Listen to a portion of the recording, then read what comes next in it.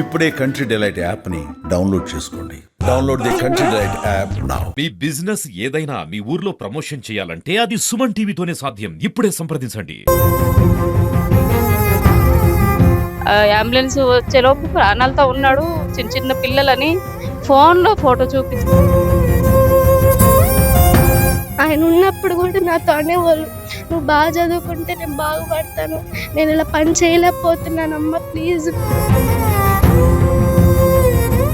Welcome to Suman TV. నేను మీ శంకర్. నల్లగొండ జిల్లా కనగల్ మండలంలో కురంపెల్లిలో హృదయ విదారకమైనటువంటి ఘటనని ఇక్కడ చోటు చేసుకున్నది. ఈ వార్త చదవాలంటేనే గుండె తరుక్కుపోతా ఉంది.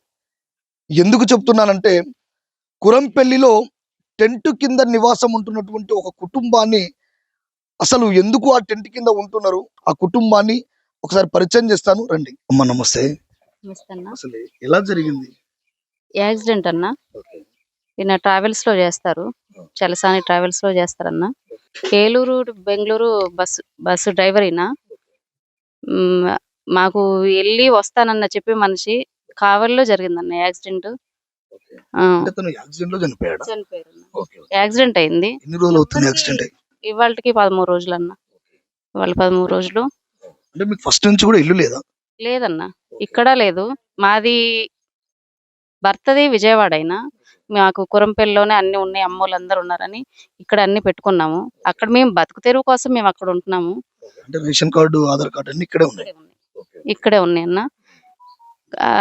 ఏంటంటే నవ్వుకుంటా వెళ్ళిన మనిషి తిరిగి వస్తానన్నాడు. తిరిగి వస్తానన్న మనిషి యాక్సిడెంట్ అయ్యి 12 లోపు అయితే మాకు 3:30కు కాల్ చేశారన్న. డ్రైవర్స్ అంట. డ్రైవర్స్ మనకు ఆ కంపెనీలో ఎవరు తెలీదు, డ్రైవర్స్ చేశారు.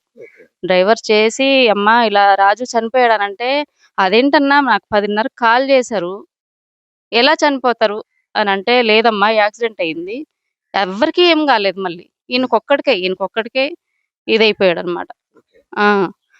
అంటే పోనీ నాకు వీడియో కాల్ చేస్తాను, వీడియో కాల్ చేస్తాను, చూపించండి, మనిషిని చూపించండి, కనీసం దెబ్బలు తగిలేయన్నా నేను చూసుకుంటాను, చిన్న చిన్న పిల్లలన్నా అని ఏడ్చి చెప్పాను. అంటే లేదమ్మా చనిపోయారని చెప్పారు. లేదు, అంబులెన్స్ వచ్చేలోపు ప్రాణాలతో ఉన్నాడు, చిన్న చిన్న పిల్లలని ఫోన్లో ఫోటో చూపించి చనిపోయారు అంటాను. నా పిల్లలన్నా చనిపోయే ముందు మీ పిల్లల ఫోటో చూపించాను. అంబులెన్స్ వచ్చేసరికి కాసేపు నడిచాడంట. క్లీనర్ ని సీటు లాగు రాంబాబు అని చెప్పి నడిచాడంట. కాసేపు నడిచి అంబులెన్స్ వచ్చిన తర్వాత మరి నోట్లోంచి నొరగలాగా వస్తుంటే ఆ ఫోన్లో, ఆయన ఫోటోలో మొన్నే ఈయన చనిపోయే ముందు శుక్రవారం రోజే తీసుకున్నాడు ఫోన్లో. ఆ ఫోటో చూపించి చిన్న చిన్న పిల్లలు అన్నానని కళ్ళు ఏడ్చి మరి ప్రాణం వదిలాడంట. అది నా కుటుంబానికి ఆయన తప్ప ఏ ఆధారం లేదు. నేను సరే వీళ్ళు వచ్చిన తర్వాత ఆ ఓనరు నాకు ఫోన్ చేయలేదు, కనీసం ఎంతో కొంత నేను సాయం చేస్తానని కనీసం ఆయన ఫోన్ చేయలేదు. తర్వాత వీళ్ళు మా ఊరు నుంచి పెద్ద మనుషులు వచ్చారు. ఆ చనిపోయిందనగానే వచ్చారు, గబగబా వచ్చారు. 12 లోపు వచ్చి వాళ్ళకి చెప్పారంట, మేము రేపు కార్యక్రమానికి ఇస్తాము, పిల్లలకి ఎంతో కొంత చేస్తాము అని చెప్పితే మేము నమ్మేశాం. సర్లే, మనకు కావాల్సింది మన మనిషి అక్కడ ఎక్కడున్నాడే, ఇవన్నీ కంప్లీట్ చేసుకొని ఆ మనిషి దగ్గరికి వెళ్దామని మేము ఆతృతతో ఉన్నామన్నా. అదంతా అయిపోయిన తర్వాత మాకు ఓనర్ 50,000 ఇచ్చారు. 45,000 ఖర్చు అయినాయి, 5,000 మిగిలినాయి. 5,000 దంటకు మేమిద్దరం వేసుకొని మిగతా 5,000 ఇస్తాము, మీరు తీసుకెళ్ళిపోండి బాడీని అని చెప్పారన్న. ఆ 6 o'clock మాకు బాడీని అప్పచెప్పారు. తర్వాత రివర్స్ అయ్యి మాకు చెప్పింది మేము చేసాం, ఓనర్ చెప్పింది మేము చేసాం, మమ్మల్ని అంటారేంటి, పొద్దు నుంచి మీకోసమే కదా, మేము తిండి తిప్పలు లేకుండా మీకోసం ఉన్నాం, మమ్మల్ని అంటారేంటని ఆ 2 డ్రైవర్లు వీళ్ళ మీద గొడవ పెట్టుకున్నాడు.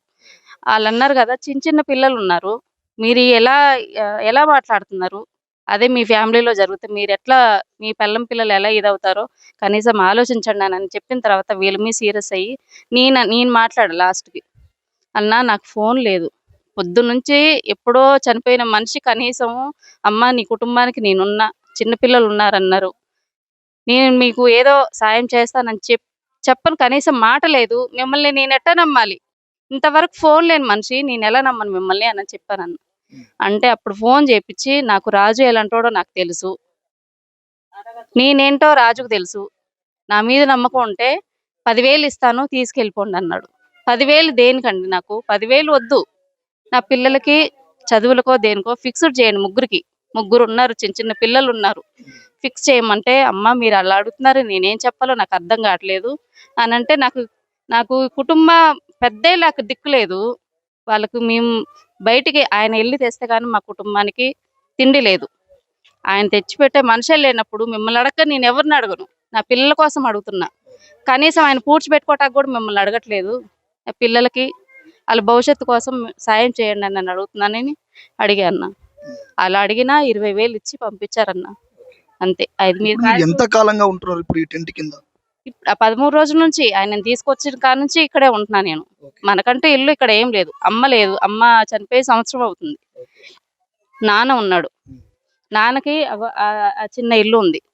అన్నదమ్ములు వాళ్ళ సంసారం కాబట్టి వాళ్ళు వేరే ఉంటున్నారు. ఇప్పుడు నేను ఇక్కడ పిల్లలకి వాళ్ళ నాన్న సమాధి చూపించుకోవటానికి నేను ఇక్కడ తీసుకొచ్చి ఇక్కడే చేసుకుంటున్నానన్న. ఎంత కాలంగా ఉంటున్నారు ఈ ఇంట్లో ఇక్కడ? అంటే ఈ టెంట్ కింద ఎప్పటి నుంచి ఉంటున్నారు? కొంతకాలంగా ఉంటున్నామన్నా. మాకు ఇల్లు అయితే లేదు. ఉన్న పరిస్థితి అయితే ఇదన్నా. నా పిల్లలకి మాకు ఉండటానికి ఇల్లు కొద్దిగా గవర్నమెంట్ ద్వారా ఏమన్నా సాయం చేస్తే సంతోషిస్తానన్నా. ప్రభుత్వం కావచ్చు, మనసున్నటువంటి మహారాజులు ఎవరైనా సరే ఆ చిన్న పిల్లల ముఖం చూసైనా కొంచెం ఆర్థికంగా హెల్ప్ చేయండి. ఎందుకంటే ఎంతో మందిని ఆదుకున్నటువంటి మీ చేతులు ఈ కుటుంబానికి ఆదుకోవాలని, మీరు ఇచ్చే ప్రతి రూపాయ వీళ్ళ కుటుంబంలో అంటే వీళ్ళ చీకటి జీవితాల్లో వెలుగులు నింపాలని నిజంగా కూడా నేను మనస్ఫూర్తిగా కోరుతా ఉన్నాను. వీళ్ళ ఫోన్పే నెంబర్ వచ్చేసి అంటే వీళ్ళ ఫోన్పే, గూగుల్ పే వాళ్ళు ఉన్నటువంటి చిన్న ఫోన్లో అంటే వాళ్ళకు ఉన్నటువంటి చిన్న కాంటాక్ట్ నెంబర్లో చిన్న ఫోన్పే నెంబర్ ఒకటి ఉన్నది కాబట్టి ఆ నెంబర్కి మీరు హెల్ప్ చేయాలని కోరుతూ 9963192879 మరొకసారి ఫోన్పే నెంబర్ చెప్తా ఉన్నాను, దయచేసి హెల్ప్ చేయండి. 9963192879 ఈ నెంబర్కి మీరిచ్చే ప్రతి రూపాయ ఆ కుటుంబంలో అంటే ఆ పిల్లల భవిష్యత్తులో వాళ్ళ జీవితంలో వెలుగులు నింపుతాయని మనస్ఫూర్తిగా కోరుకుంటూ, మీరు మీ తోచినంత ఆర్థిక సహాయాన్ని ఎన్నో ట్రస్టుల ద్వారా ఎన్నో ప్రభుత్వాలు ఎంతో ఆర్థిక సహాయాన్ని ఎంతో మందికి ఎంతో హెల్ప్ చేస్తా ఉన్నారు. కానీ ఇట్లాంటి కుటుంబానికి మన వంతు సాయం చేయలేమా? ఎలా ఉండేటోడు డాడీ నీతోటి? నాతో మంచిగా ఉండేవారు, క్లోజ్గా ఉండేవారు. ఆయన డ్యూటీకి వెళ్తే ప్రతి గంటకి నాకు ఫోన్ చేసేవాళ్ళు, నేను ఏం చేస్తున్నానా, ఎలా ఉన్నానా అని. ఆయనకి నాకేమైనా కావాలన్నా సరే ఎమ్మటనే ఎవరితో అయినా, ఆయన డ్యూటీలో ఉన్నా సరే వేరే వాళ్ళతో ఎవరితో అయినా నాకు ఏదైనా బుక్స్ అయినా స్టేషనరీ అయినా ఎటువంటిదైనా సరే ఎమ్మటనే నాకు ఇప్పించేవాళ్ళు. పైగా ఆయన ఉండేటప్పుడు కూడా నా బర్త్డేకి నాన్నగారు నాకు బర్త్డే నాకు బాగా గ్రాండ్గా జరపాలి ప్లీజ్ నాన్నగారు అని వేడుకుంటే ఆయన అప్పు తెచ్చి మరీ నాకు బర్త్డే జరిపారు. ఆయన బాగా క్లోజ్గా ఉండేవారు. ఇంటికి వస్తే మమ్మల్ని వదిలిపెట్టి వెళ్ళేవారే కాదు. ఆయన వెళ్ళేటప్పుడు కూడా ఆయన ఇంటికి రాగానే వెళ్ళిపోతున్నారు. నాన్నగారు ఎందుకు వెళ్ళిపోతున్నావు, ఉండొచ్చు కదా, ఇంట్లోనే ఉండొచ్చు కదా అని అంటే, లేదమ్మా ఈ ఒక్క డ్యూటీనే చేసుకొని వస్తాను అని అంటే, అమ్మ ఉప్మా చేస్తే ఆ ఉప్మా నాకు పెట్టి ఇచ్చి వెళ్ళిపోయారు. నేను వెంబటనే వస్తాను అని. తర్వాత డ్యూటీకి వెళ్ళిన తర్వాత నైట్ 7:30కి అలా ఫోన్ చేసి ఏంటి ఏం చేస్తున్నావు ఏంటి అని అంటేనేమో, నాన్నగారు నాకు బుక్ లేదు నాన్నగారు, బుక్ కావాలి రాసుకోవడానికి, పిఎస్ వర్క్ ఉంది అని అంటే, అప్పుడు ఎమ్మటనే నేను ఫోన్పే చేస్తాను వెళ్ళి తెచ్చుకోపో అని అన్నారు. అంతే, ఆయన చివరి మాట అదే. మార్నింగ్ లేచేసరికి అమ్మ ఫోన్ మాట్లాడితే ఆయన చనిపోయారంటే నాకు నమ్మబుద్ధి కాలే అప్పటికి. ఆయన ఎందుకు చనిపోతారు, నన్ను వదిలేసి వెళ్ళిపోని అన్నారు కదా అని. ఆయన బతుకున్నప్పుడు కూడా నాకు పెద్ద స్టేజ్ మీద వేదశ్రీ వాళ్ళ నాన్న అనే పేరు తెప్పించేలా చెయ్యి, నాకు మాట ఇవ్వు అని అన్నారు. ఇచ్చాను. ఇప్పుడు ఆయన లేకపోతే నేను ఎలా మాట తీర్చాలి? ఆయన ఉన్నప్పుడు కూడా నాతో అనేవాళ్ళు, నువ్వు బాగా చదువుకుంటే నేను బాగుపడతాను, నేను ఇలా పని చేయలేకపోతున్నానమ్మ, ప్లీజ్ నీకు దండం పెడతాను, నువ్వు బాగా చదువుకో, మార్క్స్ తక్కువ తెచ్చుకో మాకు, నేను అందరి ముందర కాలు మీద కాలు వేసుకుని కూర్చోవాలి, నా బిడ్డ ఇలా చదువుతుంది బాగా, నా బిడ్డకి ఇంత ఆస్తుంది అని గర్వంగా చెప్పుకోవాలి నేను బయట వాళ్ళతో అని చెప్పేవాళ్ళు ఆయన. కానీ ఇప్పుడు లేరు. అంటే తండ్రి ఇక్కడే ఉన్నాడు, తల్లి ఎప్పుడు అంటే 1 year క్రితమే చనిపోయింది, తండ్రి ఒక్కడే ఉన్నాడు. నేను చెప్పాను కదా ఇంతకు ముందు, అంటే రాజు, సంధ్య ముగ్గురు పిల్లలు, ఈ తండ్రి అంటే ఈ పెద్ద మనిషి ఇప్పటిదాకా చూపించినటువంటి ఆ డబ్బా కొట్టులోనే వాళ్ళు ఆ చిన్న గుడిసెల అంటే చిన్న డబ్బా కొట్టులో ఇంతమంది ముడుచుకొని పొందుతున్నారు ఈ వర్షాకాలంలో. ఒకసారి వాళ్ళ మాటలు అడిగి తెలుసుకుందాం. అయ్యా ఎలా ఉండేటోడు మీ అల్లుడు మా అల్లుడు ఎలాంటి పిల్లల మంచిగా చూసుకునేది. నేను వస్తే బాగున్నా మామయ్య అని మంచిగా చూసుకునేది. ఒక రకంగా మనిషి ఒక ఉండేవాడు. పిల్లలకు కసిరించడు. భార్యను కూడా మంచిగా చూసుకునేవాడు. అతని అటువంటి పరిస్థితి వచ్చి అతడు అలా అయిపోయాడు. మాకు ఏమి లేదు. ఇప్పుడు ఆ డబ్బా కొట్లో మేము కాపురం చేస్తున్నాము. మాకు ఏదైనా సహకారం చేసి మాకు సాయం చేయండి మీకు మనవి చేస్తున్నాం. చూసుకోవచ్చు. రాజు, సంధ్య, ముగ్గురు పిల్లలు, వాళ్ళ నాన్న, వీళ్ళందరూ కలిసి ఉన్నటువంటి ఇది ఇల్లు. అంటే దీని ఇల్లనల్లా అసలు ఏమనాలి, డబ్బా కొట్టు అంటే చిన్నగా చాయ్ కొట్టు పెట్టుకున్నటువంటి ప్లేస్ లో మనం ఉన్నాం. ఒక్కసారి ఇటు రావచ్చు.